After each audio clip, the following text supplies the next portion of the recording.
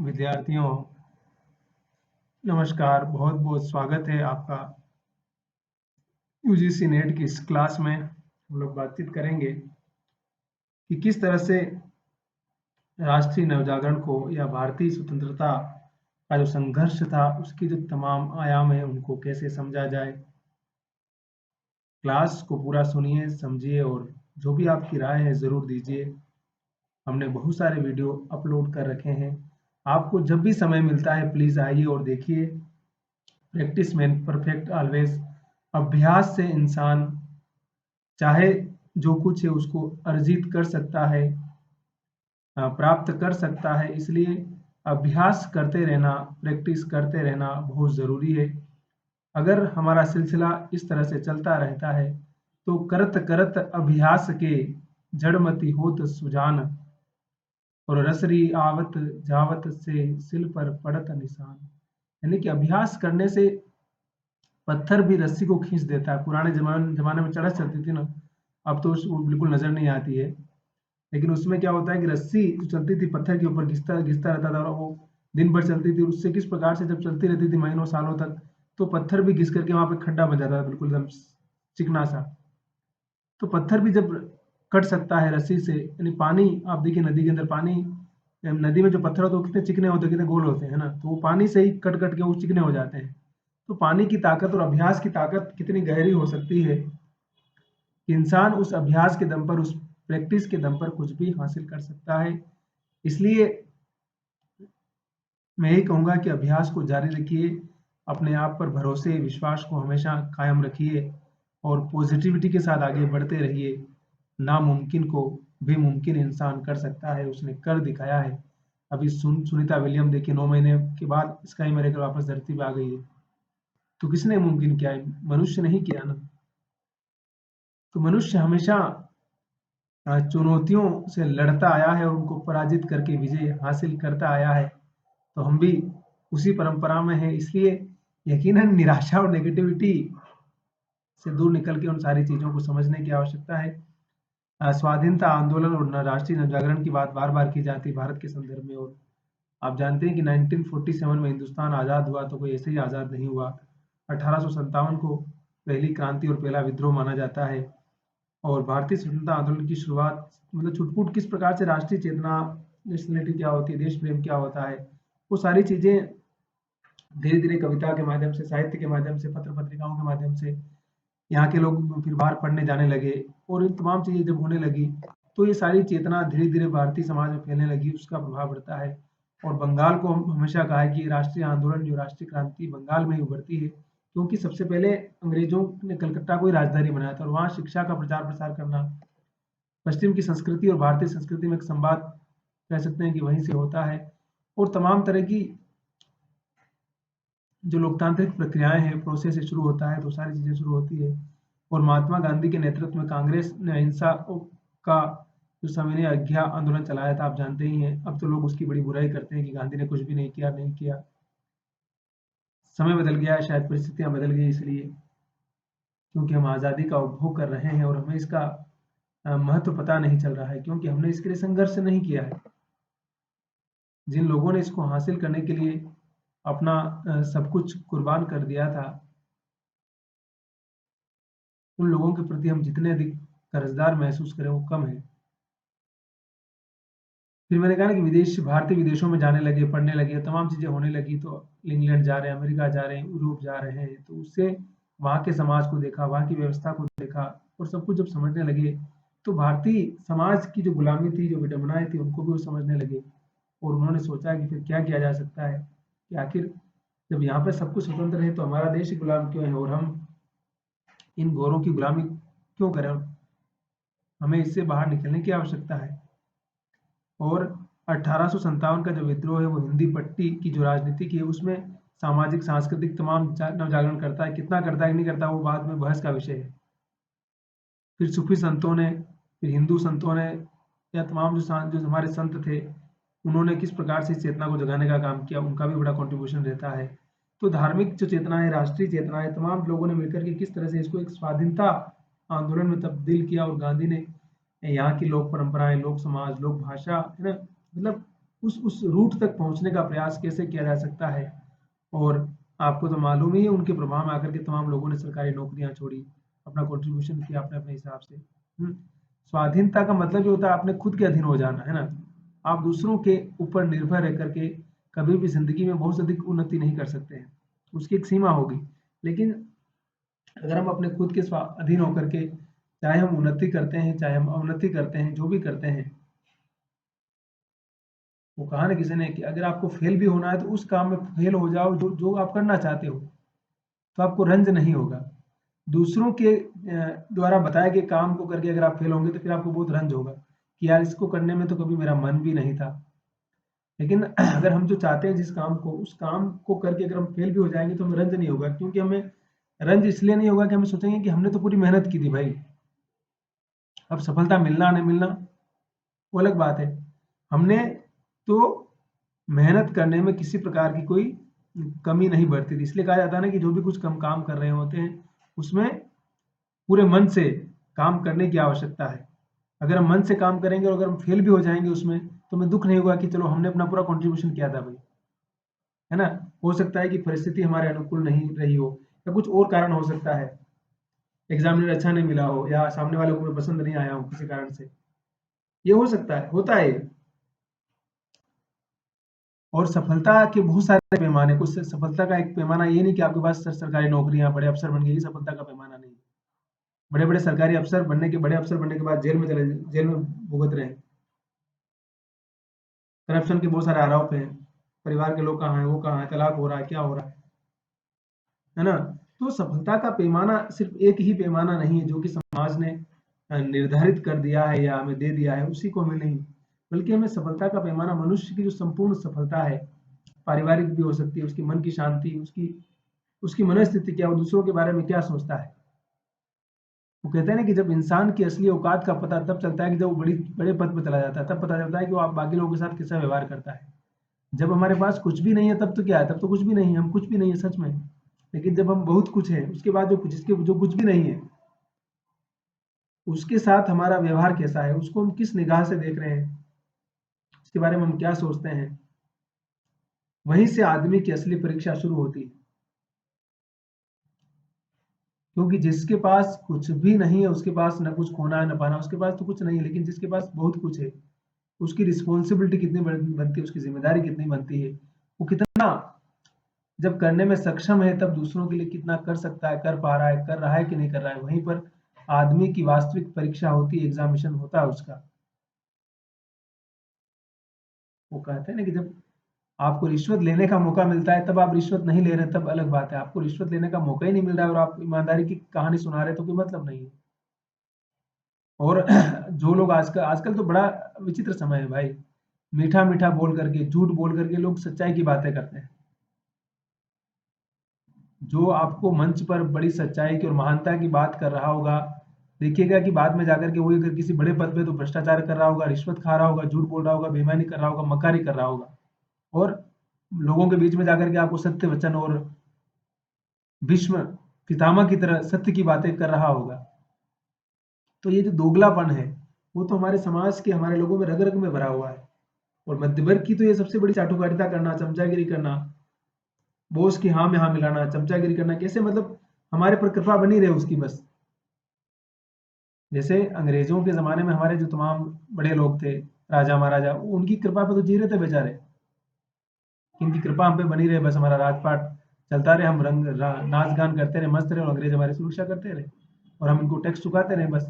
और जो गरीब जनता थी वो तब भी मर रही थी और आज भी मर रही, क्योंकि वो हमेशा उसको ही माँ बाप मानते रहे। अपने तो अपने आप के बारे में उसको भी सोचना नहीं है ना, जब तक वो नहीं सोचेगी तब तक शायद हो सकता है कि उसका उद्धार नहीं हो सकता है। इसलिए उस सारी चीज को समझने की आवश्यकता है।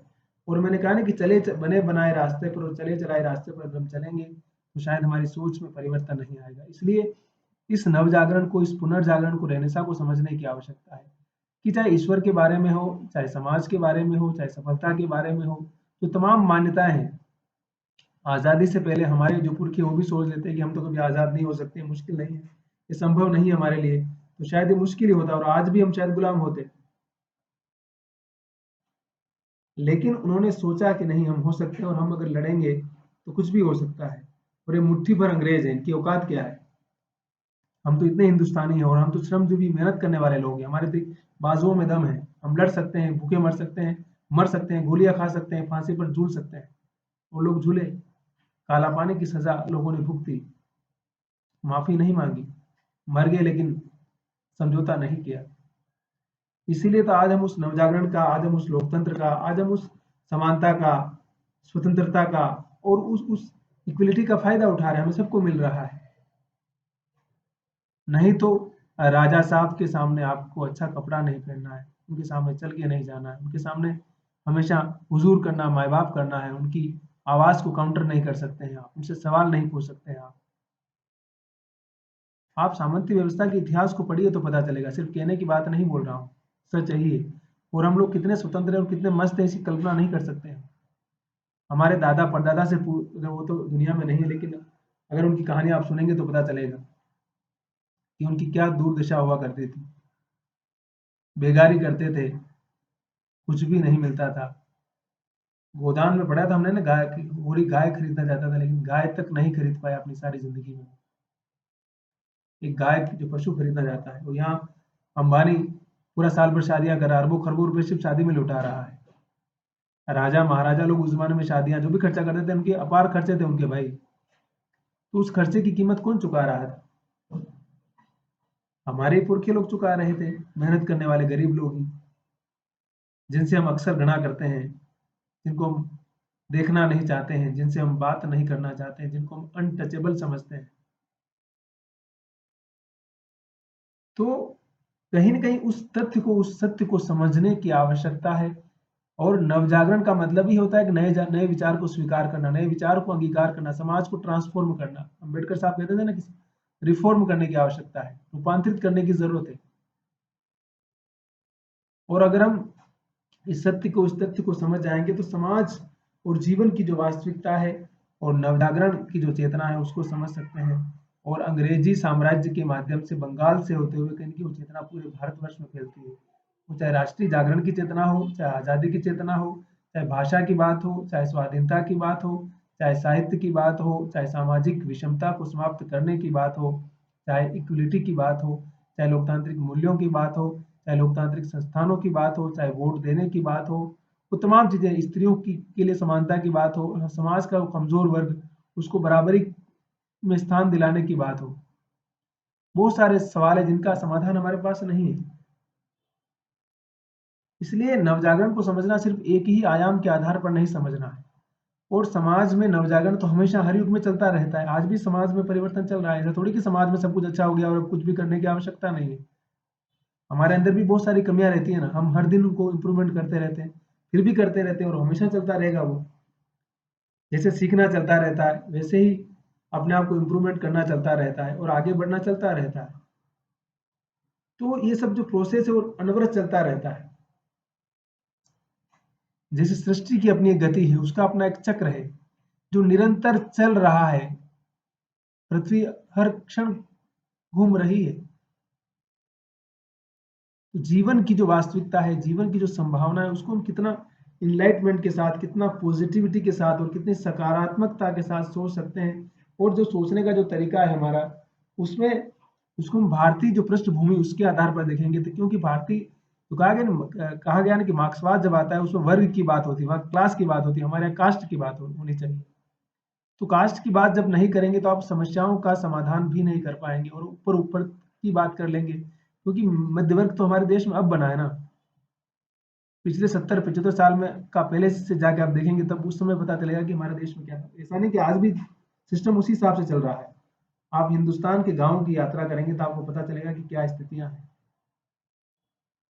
और आज भी गरीबी की स्थिति कोई पूरी तरह से समाप्त हुई हो ऐसा नहीं, और जातिवाद खत्म हो गया ऐसा नहीं। और हम पूरी तरह से एक समता मूलक समाज बनाने के स्वप्न की तरफ बढ़ गए हो ऐसा बात नहीं है। उन तमाम जो कहते हैं ना कि जो जो जो तमाम परत दर परत है, जो हेजेमनी के जो तमाम स्वरूप हैं, हायरार्की की जो तमाम विडंबनाएं हैं, जो परंपराएं हैं, उनको भी समझने की आवश्यकता है। और उनके माध्यम से हम कैसे उनको इरेज करके, उनको रिमूव करके एक बेटर चीज की तरफ बढ़ सकते हैं, उन सवालों को समझने की बहुत ज्यादा आवश्यकता है। अगर हम उन सवालों को समझ पाते हैं, अगर हम उन सवालों की पड़ताल कर पाते हैं, तो फिर बाकी सारी चीज़ों का हमें पता चलेगा। अगर हम उन सवालों की पड़ताल नहीं कर पा रहे हैं या नहीं कर सकते हैं या नहीं कर रहे हैं, तो फिर बाकी सारी चीज़ों का पता लगाना हमारे लिए मुश्किल होता जाएगा। इसलिए सबाल्टर्न डिस्कोर्स क्या कर रहा है अभी? सबाल्टर्न डिस्कोर्स यही कर रहा है कि जो व्याख्याएं पहले हो चुकी उन व्याख्याओं को नए संदर्भ में समझाने की बात कर रहा है। इतिहास, संस्कृति, परंपरा, साहित्य, कलाएं, लोक शास्त्र, संगीत, उन सारी चीजों को कैसे आप एक नए नैरेटिव के साथ समझ सकते हैं। और जब तक हम उस नए नैरेटिव के साथ उसको नहीं समझेंगे, तब तक समझिए कि हमारी जो व्याख्या है वो अधूरी व्याख्या ही समझी जाएगी। गांधी जिस रूट की तरफ जाने की बात बार बार करते हैं, जिस ग्राउंड टू रूट की तरफ जाने की बात करते हैं, वो क्यों करते हैं? वो कहते हैं कि अगर आपकी कथनी और करनी में ही अंतर होगा तो लोग आप पर विश्वास क्यों करेंगे, आपको फॉलो क्यों करेंगे? जब आप ही उस चीज को अपने जीवन में नहीं उतार पा रहे हैं, तो फिर दुनिया को आपको उपदेश देने का और ज्ञान देने का कोई हक नहीं है। और जितना अधिक हम झूठ और इन सारी चीजों में उलझते चले जाएंगे, जीवन और हमारी, कहते नहीं कि हमारे अंतरात्मा, हमारा हृदय उन सारी चीजों का शिकार होता चला जाएगा। और कहते नहीं कि मतलब किस प्रकार से सर्प गुंजलिका में फंस जाता है और उसी में अपने आप को खत्म कर लेता है, वैसी स्थिति हमारी हो जाती है। तो अगर हम एक सत्य को छुपाने के लिए न जाने कितने झूठ बोलेंगे, तो फिर क्या होगा? और शायद आधुनिक मनुष्य कुछ इसी प्रकार के अहम में जी रहा है। वो अपनी जो जिस जिस जो उसके अंतर अंतर की जो आवाज है उसको सुनना ही नहीं चाहता है।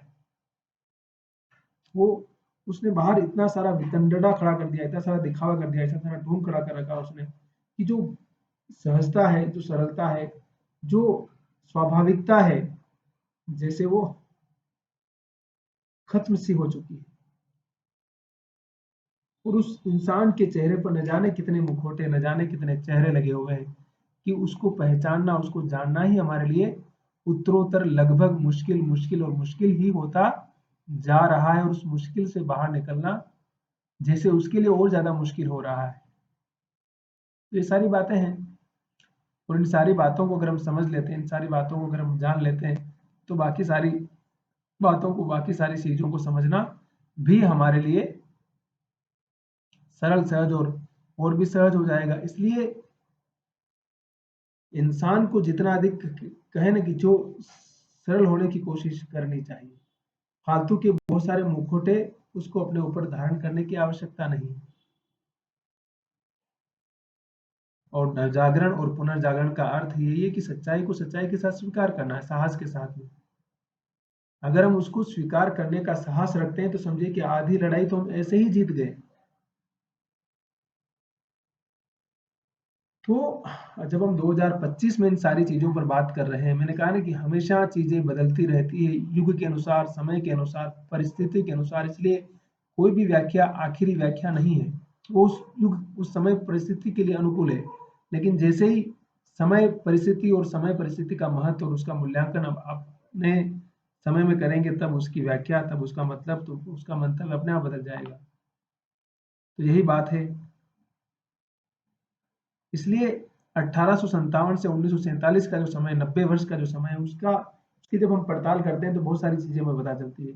और उसके बाद जो 70 से 80 साल का जो समय होने जा रहा है अभी इस आजादी के बाद का, उसकी आप दोनों की कंपेरेटिव तुलना कीजिए, तो पता चलेगा कि कहाँ क्या क्या बता, लोकतंत्र में क्या हुआ, और उस कॉलोनियल स्टेट, ब्रिटिश हुकूमत के जमाने में क्या हुआ, सामंती शासन में क्या हुआ, और किस प्रकार की सामाजिक परिस्थितियां थी, उसमें कैसे परिवर्तन हुआ, और क्या परिवर्तन होने के लिए लोगों ने कितना सारा कंट्रीब्यूशन किया, और कितना सारा त्याग किया, कितना सारा सेक्रीफाई किया।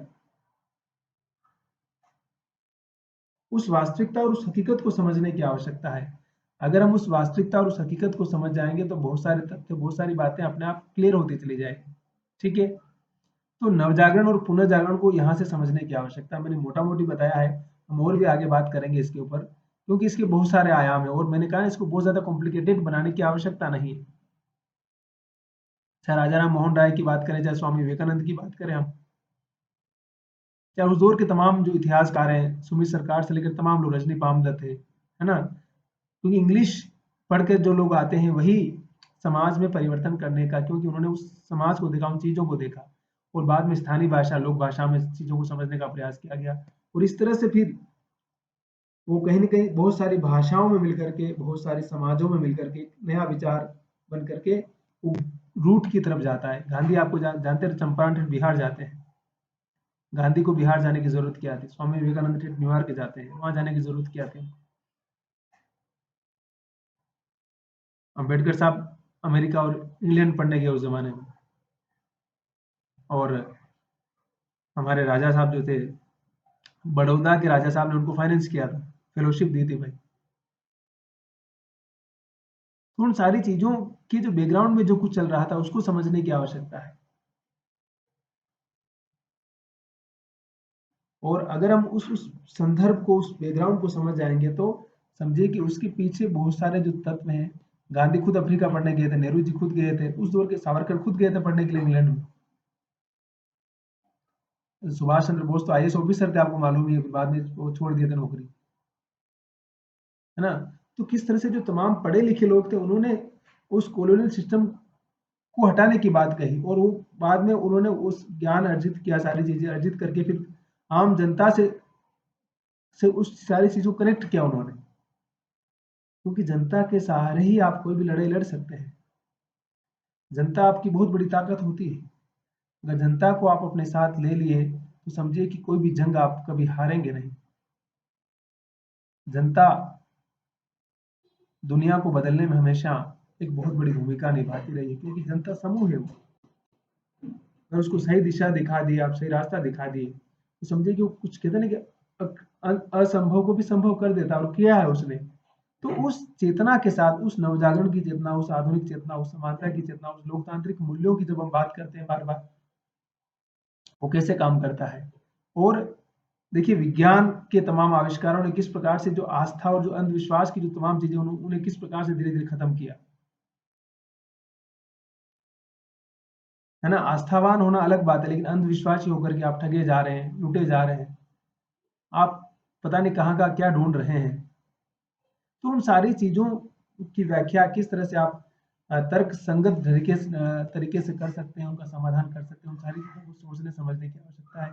और वो आपकी सामाजिक पृष्ठभूमि को भी निर्मित करता है, व्यक्ति की चेतना को भी निर्मित करता है, और नए विचार को भी निर्मित करता है। उसमें बहुत सारा उसका कंट्रीब्यूशन होता है। ठीक है, तो वीडियो पूरा सुनिए, लाइक कीजिए, सब्सक्राइब कीजिए, शेयर कीजिए, कमेंट कीजिए। और मैंने बहुत सारे वीडियो बना के रखे हुए हैं, यूट्यूब में डाल रखे हैं। आप जब भी चाहें सुन सकते हैं, प्रैक्टिस कर सकते हैं, और ऐसे ही लगे रहेंगे तो इम्पॉसिबल को भी पॉसिबल कर सकते हैं। शुक्रिया, अपना ख्याल रखिए और लगे रहिए।